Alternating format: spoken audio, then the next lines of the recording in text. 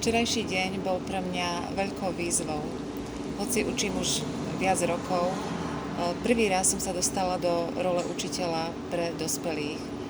Bola to veľká výzva, ale zároveň som sa aj na túto výzvu veľmi tešila.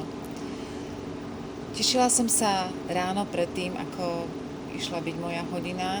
Tešila som sa počas hodiny a moje očakávania a moje šťastie sa po odučení tejto hodiny ešte viac prehlbilo.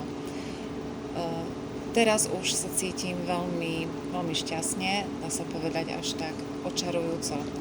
Dostala som sa tým, keď som začala učiť túto našu skupinu, dostala som sa ako keby do takej vody a cítila som, že môžem s mojimi, nazvem ich študentami, spoločne plávať.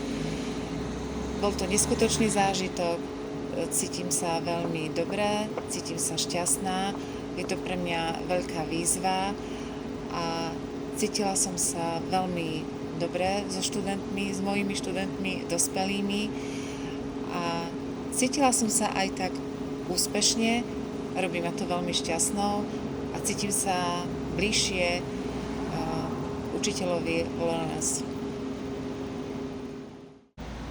Hello everyone, my name is Marek and I'm sending warm greetings from Train the Trainer in Zlín.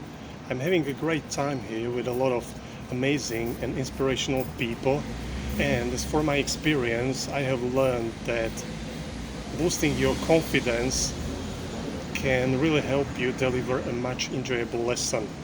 But what's important at the same time, you need to stay yourself. Thank you. Pre mňa to bola určite veľmi dobrá skúsenosť a hlavne teda nová skúsenosť, pretože ešte predtým som takýto nejaký tréning neabsolvovala, kde by ma mohli hodnotiť ostatní lektori.